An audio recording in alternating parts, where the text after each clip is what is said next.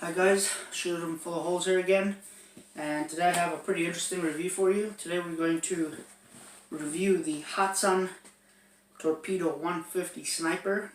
This is a 25 caliber air rifle, and I've just put a basic scope on just so we can get an accuracy test out to 20 yards.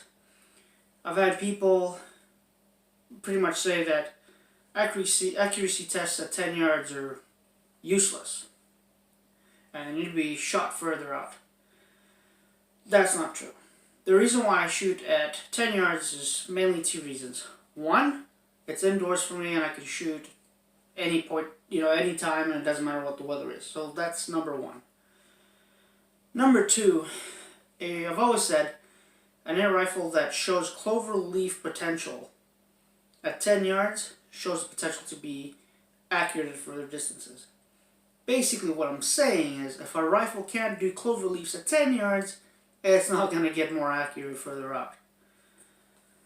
So when it comes to the accuracy test past that, you have to do the homework. And that being said, I could shoot tests at 50 yards or 40 yards, and there's always going to be somebody, well, my rifle is more accurate than that. Or there's going to be somebody like, well, I don't know how you got those. You must have been cheating because my rifle isn't as accurate as that. So it's an endless debate. 10 yards is just a basic standard for me to find out if the rifle is decently accurate. If it's not, it's basically getting chucked out. So anyway, glad we had that conversation. So now, the design on this rifle is pretty intriguing to me. This rifle's been around for a while. Hatsan's produced it for a number of years. And it's an actually pretty heavy rifle. This is a Magnum air rifle. It produces speeds of 750 feet per second, which is comparable to the Hatsan 125 Sniper, also the Carnivore in 25 caliber. So it's a pretty stout gun. This is not a kid's gun. This is definitely an adult rifle, and it takes a cocking effort of 50 pounds. So, like I said, this is a heavy rifle mainly for a few reasons. One, it is an underlever, so that adds weight. Second of all, you have this outer barrel kind of sleeve. This bolt here is actually the barrel all the way up to here that you're moving back and forth, which is a very kind of weird design. I don't know if it's because of patents and stuff like that. I wish this could be an underlever design, just like the RWS's, underlevers or the side lever, where when you cock it back, it exposes the breech and you can load it. Now, there's a lot of pros and cons to this rifle. Pros: one, it's powerful. Two, it's pretty accurate. I mean, like, it's very well accurate at 20 yards, which I'll show you in a minute. Now, the cons are... Oh, no, sorry. No, one more pro. The bolt is really easy. This breech is easy to load. It's pretty exposed, there's a lot of space compared to the Diana RWS's. You really have to get your fingers in there, and if you drop the pellet and it's all the way down there, and you have to really fuss around. So it's a lot faster to load this one in comparison. Now, the cons. Cons, it's heavy. The other flaw that I don't like is the breech itself, this design right here. It seems all well and dandy in the beginning, but what I'm thinking is that if you carry this around the woods or something happens and you bump this loose, and you don't realize it, even just semi-loose, you don't realize it, and then you fire this gun, that's just going to blow open. And, I can just imagine the noise it's going to make. So that's a definite con. The other con for me is the low, it takes 50 pounds of cocking effort to cock this. So, I don't know, if you're not very strong, you're probably going to get pretty tired of cocking this thing and shooting it. So, the other con is loading time. You have to cock it, and then you have to, open the bolt, then put that in, close the bolt,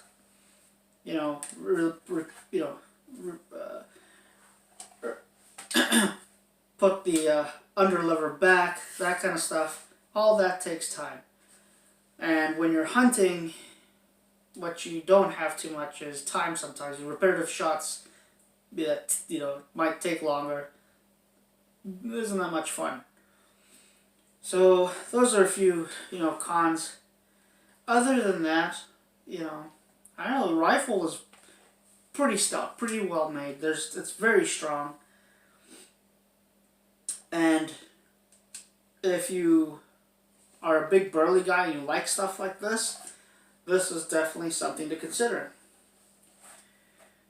But, so, for me it's a mixed review on this stuff. It's really a 50-50. There's a lot of things I like and a lot of things I don't like about it. So, but anyway, let's get to the velocity tests. Now, I've compared this gun to all these other guns next to me. To the Hatsan Model 95 and 25 caliber, to the K98, which is basically a Diana RWS, and 22 caliber, and just to throw something else in, a QB78 in 22 caliber, which is pretty low. It's a CO2 gun, so velocities aren't super high. The energy it produces is about 12 foot-pounds of energy. So anyway, I'm going to just read this off. The Hatsan Model 95 produces a speed with the new Boy Senior pellets, and I must say I really like these pellets now. They seem to be very accurate in pretty much all of Hatsan 25 caliber, and I think almost every other 25 caliber they do really well. So these pellets are really awesome. My hat's off to Skanko on these pellets. The other thing is that they've done is they've changed the tin. It was a plastic tin. Now they've gone to an aluminum screw-on tin, and I really like these. The part where I think Skanko kind of screwed up, and I've got this foam from the old tins. They should have included a little foam for the with the new ones. Don't drop your quality, Skanko.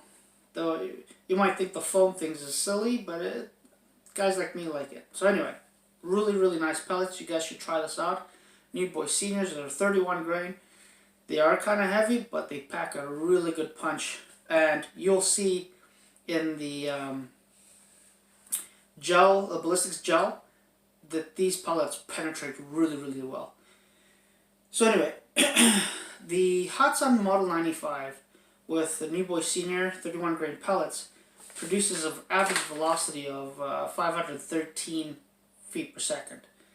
So definitely good, decent speeds. Nothing, major fast. The Diana K98 22 caliber, using the Super Dome 14.5 grains, produces speeds of an average speed of 752 feet per second. So definitely relatively fast in the 22 caliber. Now what I consider super fast is 1,000 feet per second in the 22 caliber. But I try not to get too close to the 1,000 feet per second. It destabilizes your pellets. So keep that in mind. You want to stay around about 800 feet per second velocity. The QB78 with CO2 produces an average, this is 22 caliber, with Beeman Devastators 16.3 grain pellets, produces an average speed of 588 feet per second. Now in the QB78 I use pointed pellets because the penetration, like if you use anything like flat nose or hollow point or anything like that. It doesn't penetrate deep enough. Like on squirrels, I've shot squirrels, it doesn't go all the way through. I've found them, on the other side of the skin type thing. So anyway, now the Hatsan Torpedo 25 caliber with a New Boy Seniors 31 grain produces an average speed of 625 feet per second. That's 26.95 foot-pounds of energy out of this air rifle. And that's really, really decent. The Hatsan 95 produces 18.19 foot-pounds of energy. So there's about almost, 10 foot-pounds of difference there. It's actually 8 foot-pounds of difference there. But, in the ballistics gel is where you really see it. So, I'll show you all the results in the ballistics gel right now. Okay guys, shooting full of holes here again. We're going to do some penetration tests on some clear ballistics gel, which is pretty awesome stuff. This is at 10%, which is technically what the FBI uses for their ballistics tests. It's supposed to replicate most, basically, human flesh. To my left here, I've got a blue blanket to catch the ones that go through. I've got a target box behind that, just in case.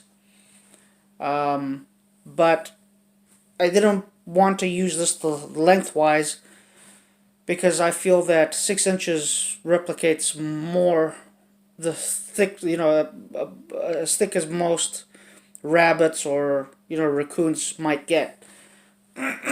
Which this is what we normally shoot with most hunting air rifles. So I figure if it penetrates this, then perfect. And if not, then we can see what happens in that 6-inch space. So we're going to start off with the Hatsan Model 95 in 25 caliber. It's going to be shooting the New Boy Seniors, which are 31 grain, and it produces about 18.19 foot-pounds of energy. And here we go. I expect this one to kind of go through.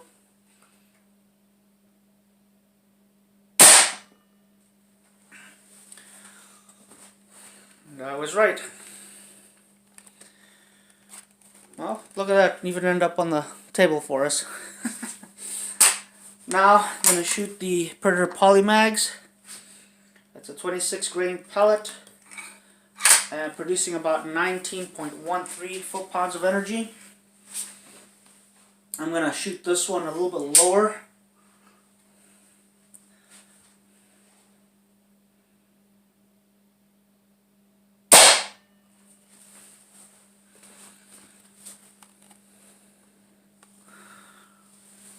I think it expanded pretty well, and we'll only find out once we dig them out afterwards.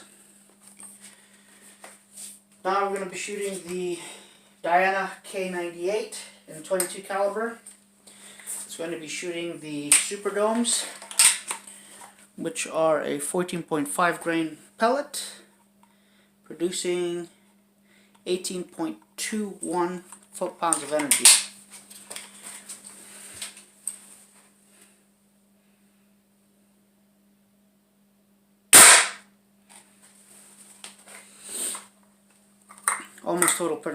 Almost total penetration, but not quite. Now we're going to be shooting the most accurate pellet that shoots in the K98, the Devastator, Beeman Devastators. They're a 16.36 grain pellet, and they produce about 17.15 foot-pounds of energy. I'm also going to shoot this one a little bit lower.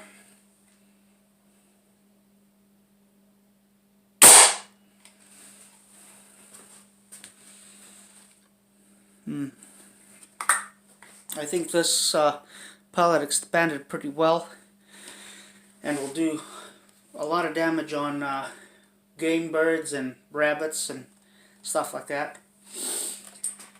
Now we're going to use the QB78,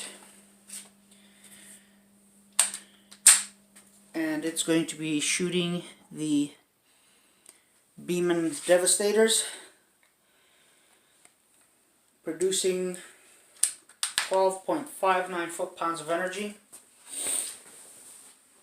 And this is what they use in places like England, around about 12 foot-pounds. And you'll see it does pretty well. Although they, at longer distances, they have to be more accurate with their shots. Here we go.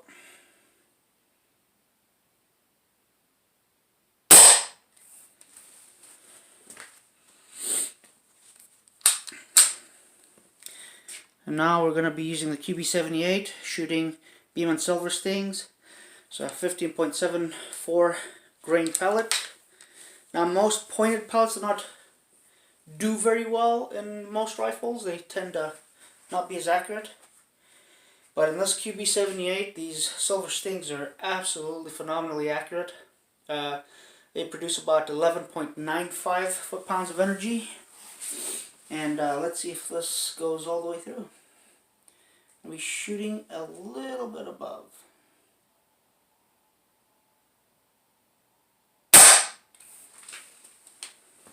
Yeah, very good penetration. So out of curiosity, I'm going to shoot this ballistics gel with a Barracuda Hunter 25 caliber out of the Hatsan Model 95. Just to see what it does in this ballistics gel. Now this pellet weighs 27.47 grains. I'm going to try and shoot it right about here.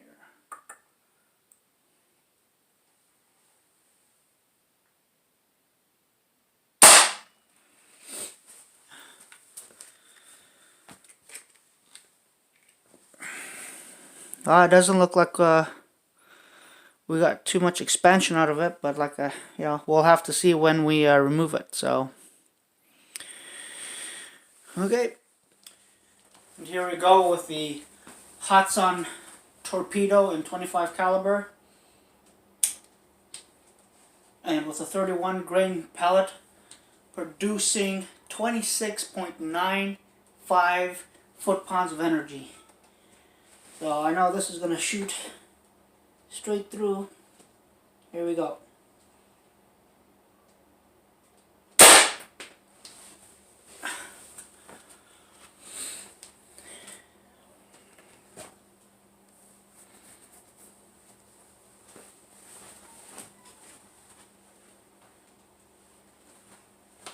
And just out of curiosity, we're going to shoot a Predator Polymag through there, and hopefully we'll get some really good expansion out of this pellet, especially going at that velocity.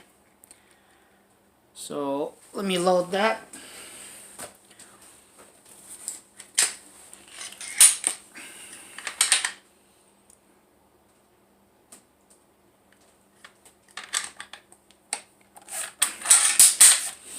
Here we go. The Predator Polymag, shooting it out of the Hatsan Torpedo 25 caliber.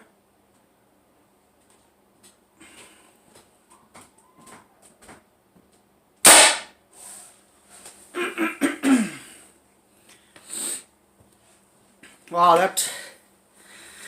that's a big difference.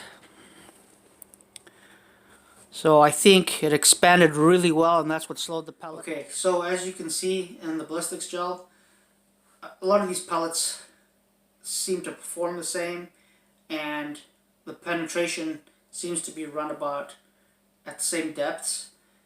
But you do have to take into consideration that, like the 25 caliber, that's twice the pellet, twice the weight. and it's giving you that penetration. So more energy for sure. One thing I've noticed is a lot of these pellets in ballistics gel don't seem to expand and do stuff like that, which is what you can expect happening in animals. But when it hits bone and stuff like that, then they really expand. When they start hitting hard surfaces, that's when you realize that they expand immensely quick. Now, ballistics gel basically mimics the tensile strength of skin and meat, so there's no bone in there. A lot of the pellets, for example, in rabbits and squirrels that I've shot, they look perfect. They're just on the other side of the skin if they don't go completely through. As soon as they hit bone, they just expand. Now, pellets that have expanded incredibly fast are going at a very high velocity. 25 caliber pellets that are moving 600 feet per second and above, for the most part, tend to expand really, really harshly. So anyway, I'll show you some of the pellets that came out of the ballistics gel. Actually, all the ones. So I'll show you the 22 calibers compared to the 25. So I'll try to put them together here. Now the 22 calibers, they all look decent. No, no major expansion. Pellets look all uniform. Now here is the Hatsan Model 95. The one that showed some expansion was the Predator Polymag, and that's to be expected. I mean, it's basically a flat point almost. The New Boy Seniors plowed straight through the ballistics gel, so very good for penetration. The Hatsan Torpedo 150, like it's moving at higher velocities. Look how that expanded. That was a very nice expansion. Lost the tip, but you can see that's starting to pancake. But also the New Boy Senior went straight through the ballistics gel like it was nothing. So great pellet for a lot of punch and penetration, the New Boy Senior. Now I'm going to show you the accuracy test. I should have written on here, but I'll explain it. So this is the Hatsan Model 95 with New Boy Seniors. Very good accuracy. That's an inch at 20 yards. The K98, basically the Diana Mauser, also an inch. These squares, each one from here to here is half an inch, so that's a whole inch there. And the pellets that I've been using in all these rifles to do the accuracy test are the most accurate ones for that rifle. Here, here's the, this is the QB78, and I've used the Beeman Silver Stings, I think they're called, with this, and also in an inch at 20 yards. This is the Hatsan Torpedo 150. Now this is, there's mainly 3 shots right there, and then 1 and 2. So, but this is an inch and a quarter big, which not bad. I'd even say an inch and a half just to be safe. And still not bad at 20 yards, especially for a rifle that hasn't been broken in. Has barely been broken. I mean, it's just been shot out of the box. Now, what are my final thoughts on this whole rifle compared to the rest? Well, for me personally, this rifle is heavy. It's heavy for me to sling around in the woods and go hunting with. Is it accurate? Yeah, it's pretty accurate. definitely more than hunt-worthy accurate. Is it fast in cocking and, you know, reloading? No, not for me. Is it something that I would, you know, consider having in my arsenal? No, I wouldn't have this in my arsenal. And still, to me, one of the best hunting air rifles with, you know, decent power, decent velocity and accuracy is the Hatsan Model 95. They really did a good number with this. It's easy in cocking, it's lightweight, it's beautiful, it looks really nice with the wood stock, and it's very decent. You know, you saw the accuracy there at 20 yards. So, you know, still a very good gun. And that's not to say that, well, if you like this, you know, this style of gun and you're happy with it, then yeah, for sure. You know, yeah, I'm just comparing it to other rifles that I've used, and when you do that, you realize that other rifles sometimes are better meant for certain things. So when it comes to hunting, this isn't a hunting gun that I would pick. But anyway, thank you very much for watching this review. And like I always say, go out in the woods, put up a target, shoot them full of